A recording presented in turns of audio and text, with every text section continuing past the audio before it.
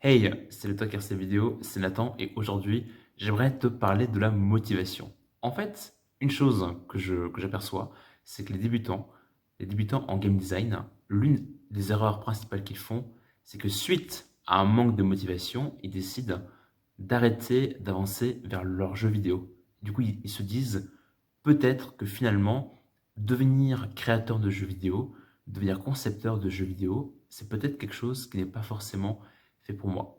Et en fait, tu vois, le problème n'est pas avoir un manque de motivation. Quelle raison? Car tout simplement, ça nous est déjà arrivé d'avoir une baisse de motivation. Il faut bien comprendre que la motivation est juste une émotion. Et tout comme la joie ou la colère, on ne peut pas être tout le temps joyeux et on ne peut pas être tout le temps en colère. Je pense que quand on parle de la colère, c'est une bonne nouvelle, parce que je ne pense pas qu'on apprécierait d'être tout le temps en colère. Et donc, il ne faut pas trop culpabiliser ou se juger quand on a une baisse de motivation et que du coup, on a moins l'envie d'avancer. Justement, profite peut-être de cette journée où tu ressens un manque de motivation pour faire autre chose. Ça peut être faire un exercice de respiration, ça peut être faire du sport. Vraiment, prends du temps pour toi, te ressourcer et te dire voilà, bah, j'ai le droit d'avoir un peu moins d'énergie aujourd'hui.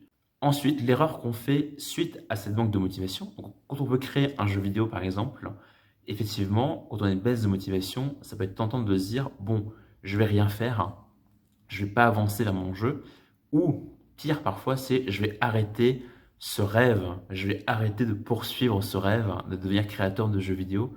Et je trouve que c'est vraiment dommage. Parce que l'erreur qu'on va faire, c'est qu'on va attendre que les choses soient parfaites. En fait, tu vas attendre que les choses soient positives pour agir. Tu attends finalement d'avoir la motivation pour avancer. Alors qu'en fait, pour moi, tu dois faire les choses dans l'autre sens. C'est d'agir, de passer à l'action vers ton jeu vidéo. Donc, tu vas apprendre à programmer. Tu peux apprendre aussi à comment tu peux faire pour créer une histoire qui va avoir de l'impact dans un jeu. Par exemple, si tu crées un jeu d'aventure ou un RPG. Mais tu vas voir qu'en fait, plus tu vas agir, même quand tu n'as pas forcément la motivation, plus tu vas avoir la motivation. Et nous, l'erreur qu'on fait souvent, c'est qu'on attend d'avoir la motivation pour agir. Alors encore une fois, les jours, on est vraiment en pleine forme. On n'a pas besoin d'attendre parce qu'on a déjà cette énergie, ce feu, on a vraiment envie de le faire. Et finalement, tu vas voir que c'est normal. C'est comme le cycle des saisons. Il y a des mois, il fait beau, il y a des mois, il fait moins beau. Et ce qui est dommage, c'est de pas te bouger, c'est pas de te mettre en mouvement quand il fait moins beau. Alors qu'en fait, peu importe qu'il fasse beau ou moins beau, on peut tout à fait agir. Moi, par exemple, ce que j'ai fait la semaine dernière, c'est qu'effectivement, il y avait des moments où j'avais pas du tout la motivation. Et au lieu de me mettre la pression et de me dire, ah, c'est pas bien, parce que par exemple, je m'étais engagé à travailler 2 à 3 heures par jour sur l'animation et également 1 heure en plus par jour sur la programmation.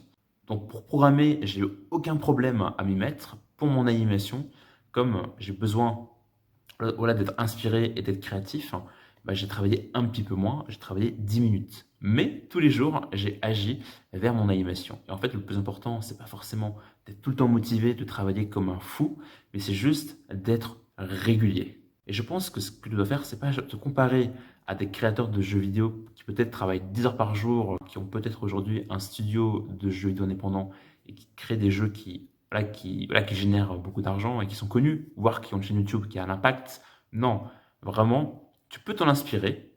Moi, je te conseille voilà, de rester inspiré et d'être motivé par rapport à ces personnes-là, mais toujours avance par rapport à ton propre rythme. Ok? Mais en tout cas, ne laisse pas en tout cas cette baisse de motivation. Il ne faut pas que cette baisse de motivation soit une excuse pour pas avancer, soit une excuse pour abandonner. Voilà, tu fais comme tu veux. En tout cas, moi, je te conseille, même quand tu n'as pas forcément la motivation, continue, continue, continue, car c'est en agissant que tu vas aussi créer plus de motivation. En tout cas, j'espère que tu as bien aimé cette vidéo. Si c'est le cas, mets un like, abonne-toi à la chaîne YouTube et à très vite pour les prochaines vidéos. Salut!